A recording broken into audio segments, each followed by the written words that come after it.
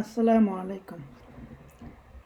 আজকে টিউটোরিয়ালে আমরা শিখব ডেমনস্ট্রেটিভ প্রোনোমেন। নতুন একটা ডেমনস্ট্রেটিভ প্রোনোমেন। তো ওয়ার্ড থেকে কিছুটা তো বুঝতে পারতেছেন যে এটা হচ্ছে ওরকম টাইপের ওয়ার্ড বা প্রোনোমেন যেটা আর কি অনেকটা ডেমনস্ট্রেট বা ডিরেক্ট কিছু বোঝানোর জন্য, বা আমাদের যদি ডিরেক্ট কিছু বলতে হয় সরাসরি, তখন এই টাইপের প্রোনোমেনগুলো আমরা ইউজ করি। যেমন শব্দগুলো হচ্ছে, আমি আগে লিখে যাচ্ছি, দেন, দ্যাট, দম, দেন, হ্যার, দে, দেয়ার, সরি, দে, দেয়ার এবং দেন, হ্যার, দ্যাট, হ্যার এবং দম, হ্যার। এখানে আর কি হ্যার মানে এখানে বোঝাচ্ছে। সো দেন, দ্যাট এবং দম। পরটা হচ্ছে দেন, দেয়ার, দে, দেয়ার, দম, দেয়ার।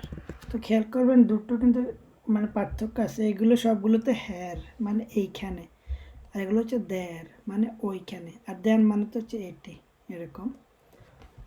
তারপর আছে দেন না, দেন নে, দেড়টা আছে, দেড়সা। তারপর আছে সোদান, সোদান্ত, সোদানা। তো সবসময় আর কি ওই যে একটা এন ওয়ার্ডের জন্য থাকতে একটা অ্যাট ওয়ার্ডের জন্য এবং একটা প্লুরালের জন্য। সেম এখানেও একটা এন ওয়ার্ডের জন্য, একটা অ্যাট ওয়ার্ডের জন্য, একটা প্লুরালের জন্য। সেম এখানেও একটা এন ওয়ার্ড, একটা অ্যাট ওয়ার্ড, একটা প্লুরাল, এরকম আর কি। এইটাও অনেক বড় একটা টপিক অ্যাকচুয়ালি, এই ডেমনস্ট্রেটিভ প্রোনোমেন। বাট আমরা বেসিকটা দেখাবো, বাকিগুলোর মতো আপনারা সামনে যদি একটা বুক থাকে, বা তখন আপনি বলতে পারেন যে, যেমন আমরা একটা এক্সাম্পল দিই, হয়তো আপনার সামনে একটা বুক আছে, তা আপনি বলবেন যে আমি এই বইটি লাইক করি, ইউ উইল লাভ দেন বুকেন। আমরা জাস্ট বেসিকে থাকতেছি আর কি, এত কঠিন দিকে যাব না। তো আমি যদি একবারে সহজভাবে বলি যে আমি এই বইটি লাইক করি, ইউ উইল লাভ দেন বুকেন।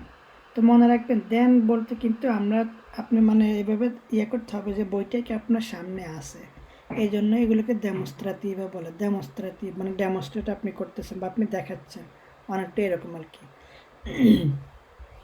তারপরে হয়তো আপনার সামনে একজন ব্যক্তি আছে এবং আপনি বলতেছেন যে ওর সাথে আমি একবারেই থাকবোই না আর কি, এরকম। তো বলবেন যে দেন পার্সুনে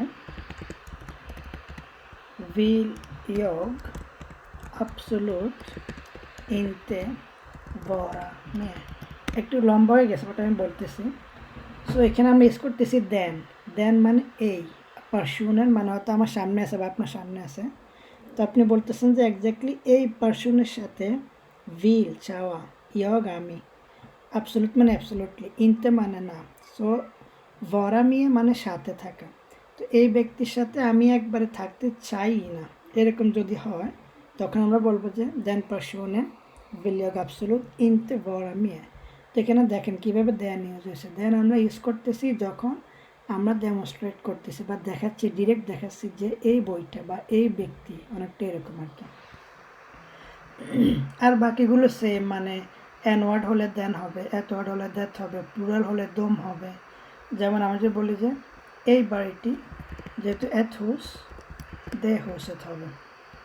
আমি যে বলি ওই ফলগুলো বা এই ফলগুলো, দম ফ্রুক্তেন না, দম ফ্রুক্তেন না, মানে আমার সামনে হয়তো ফ্রুটগুলো আছে, ফলগুলো আছে, আমি বলতেছি ওই ফলগুলো দম ফ্রুক্তেন না। আমি যে বলি যে আমি এক্স্যাক্টলি এই মোবাইলটাই কিনতে চাই, সো দেন হ্যার মোবিলেন vill jag köpa। আমি এক্স্যাক্টলি এই মোবাইলটাই কিনতে চাই, সো দেন হ্যার মোবিলেন vill jag köpa। এখন দেন হ্যার কেন হয়েছে? কারণ আমরা জানি মোবিল যে শব্দটি, এটা হচ্ছে একটি অ্যান ওয়ার্ড, মানে এরকম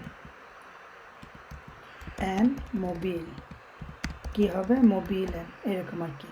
সো যেহেতু অ্যান ওয়ার্ড, এই জন্য আমরা ইউজ করছি দেন হ্যার। কিন্তু আমাদের দেখেন একটি অ্যাট ওয়ার্ড আনি, বোর্ড, যে একটি টেবিল। তো আমরা যে বলতেছেন যে আমি এই টেবিলটি সেল করতে চাই, আমরা বলবো দ্য হ্যার বোর্ডের will jag sälja? আমি এক্স্যাক্টলি এই টেবিলটা সেল করতে চাই। Det här bordet vill jag sälja. আপনার সাথে যদি অনেকগুলো কলম থাকে এবং আপনি বলতেছেন যে কলমগুলো আপনার, তো আপনি কাউকে হয়তো দেখাচ্ছেন বা বলতেছেন যে de här pennorna är mina.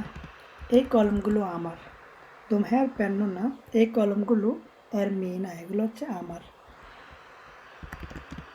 den där datorn är din. ওই যে ওইখানে একটা কম্পিউটার আছে ওইটা তোমার। den där datorn är din, এরকম। আমরা তো দূরে একটা গাছ আছে ওইটা দেখাচ্ছি যে det där trädet är stort. ওই গাছটা অনেক বড়। সো খেয়াল করুন, যখন দাতুর মানে এন ওয়ার্ড ইউজ করছি তখন আমাদেরকে ইউজ করতে হয়েছে দেন, কিন্তু যখনই আমাদের ওয়ার্ডটা এথ হয়েছে এথ থ্রেড তখন ইউজ করতে হয়েছে দ্যাট। সো দেন হ্যার এবং দেদের এর মধ্যে পার্থক্য আশা করি বুঝতে পারতেছেন। যদি পেন্নুনার ক্ষেত্রে অনেকগুলো ক্ষেত্রে বলি তখন আমি বলবো যে দম দ্যার পেন্নুনা, মানে ওই কলমগুলো। দম দ্যার দম হ্যার। সো দম হ্যার বোঝা মূলত যখন কাছে থাকে, দ্যার বোঝা যখন দূরে থাকে। হেয়ার এবং দেয়ার যেটা আমরা ইংলিশে বলি আর কি ওইটা। তারপরে আছে যেমন ওই যে এই শব্দগুলো সদান, সদান্ত, সদানা, এরকম, যেটাকে আমরা বাংলাতে বলি যে এই রকম, অনেকটা বলা যায় এই রকম। ফর এক্সাম্পল আমি যদি বলি যে আমি আপনার সামনে তো একটা গাড়ি আছে, তো আপনি বলতেছেন যে আমি এরকম একটা গাড়ি কিনতে চাই, তো আমরা বলবো যে jag vill köpa, আমি কিনতে চাই অ্যান সদান বিল, একটা এরকম গাড়ি। তো এখানে সদান বলতে আমরা এই রকম বোঝাচ্ছি। তাহলে টি কখন হবে? সেম আগের রুলগুলো অ্যাপ্লাই হচ্ছে। যদি আমাদের ওয়ার্ডটা এত ওয়ার্ড হয় আর এটা হবে যখন প্লুরাল হয়, যেহেতু অ্যান বিল হয়েছে সেহেতু সদান। যদি এত ওয়ার্ড হয়তো এটা আর প্লুরাল হলে এটা।